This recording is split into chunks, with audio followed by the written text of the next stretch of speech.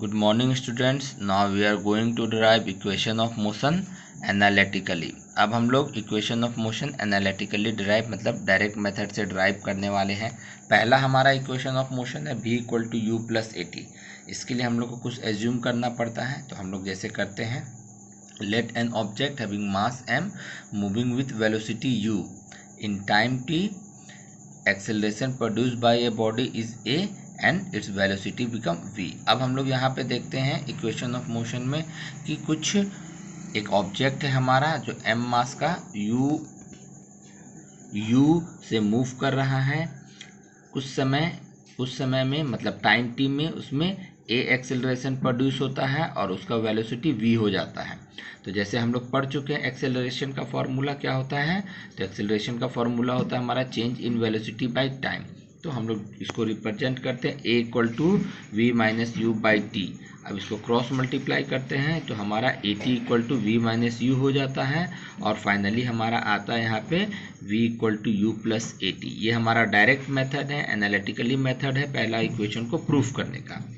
अब हम लोग सेकेंड इक्वेशन को देखते हैं यहाँ पे। उसमें भी हमारा सेकेंड इक्वेशन क्या है, s equal to u t plus half a t square. इसमें भी हम लोग सबसे पहले एज्यूम करेंगे, let an object having mass m moving with velocity v in time t, acceleration produced by a body is a and its velocity become v and total displacement by a body is s। अब हम लोग यहाँ देख रहे हैं कि एक object है, मास m है, u वेलोसिटी से वो मूव कर रहा है। इन टाइम t में उसका एक्सेलरेशन a प्रोड्यूस हुआ और फाइनल वेलोसिटी v हो गया और total displacement bye a body is S उसका टोटल डिस्प्लेसमेंट है। और जैसे भी हम लोग पढ़ चुके हैं कि एवरेज वेलोसिटी का फॉर्मूला क्या होता है, v plus you by two. ठीक है, अब यहाँ पे हम लोग देखते हैं एवरेज वेलोसिटी को हम लोग टोटल डिस्प्लेसमेंट बाय टाइम भी लिख सकते हैं। तो डिस्प्लेसमेंट निकालते हैं यहाँ पे, तो एवरेज वेलोसिटी इनटू टाइम।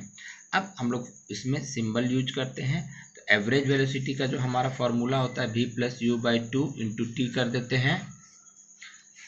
अब पहला इक्वेशन ऑफ मोशन क्या है, v equal to u plus a t. अब यहाँ पे जो v का वैल्यू है हम लोग u plus a t put करते हैं by u into t by two. अब यहाँ पे u plus u two u into plus a t into t हो जाता है। फिर इस t को मल्टीप्लाई करते हैं तो हमारा फाइनली इक्वेशन यहाँ पे ड्राइव हो जाता है s equal to u t plus half a t square. अब हम लोग यहाँ पे थर्ड इक्वेशन ऑफ मोशन देखते हैं, v square minus u square equal to two a s. इसमें भी हम लोग एज्यूम करते हैं एक ऑब्जेक्ट है जो u से मूव कर रहा है, एक्सेलरेशन इसमें a प्रोड्यूस होता है। अब फर्स्ट इक्वेशन ऑफ मोशन से हम लोग जानते हैं v equal to u plus a t. इसमें से हम लोग t निकाल देते हैं तो t का वैल्यू आ गया हमारा v minus u by a. फिर सेकेंड इक्वेशन ऑफ मोशन होता है s equal to u t plus half a t square. तो यहाँ पे t का जो वैल्यू है इस सेकेंड इक्वेशन में पुट कर देते हैं। ठीक है, तो यहाँ पे हमारा आ गया v माइनस यू बाई ए और यहाँ a स्क्वायर, तो a स्क्वायर और ये a कट गया हमारा यहाँ पर।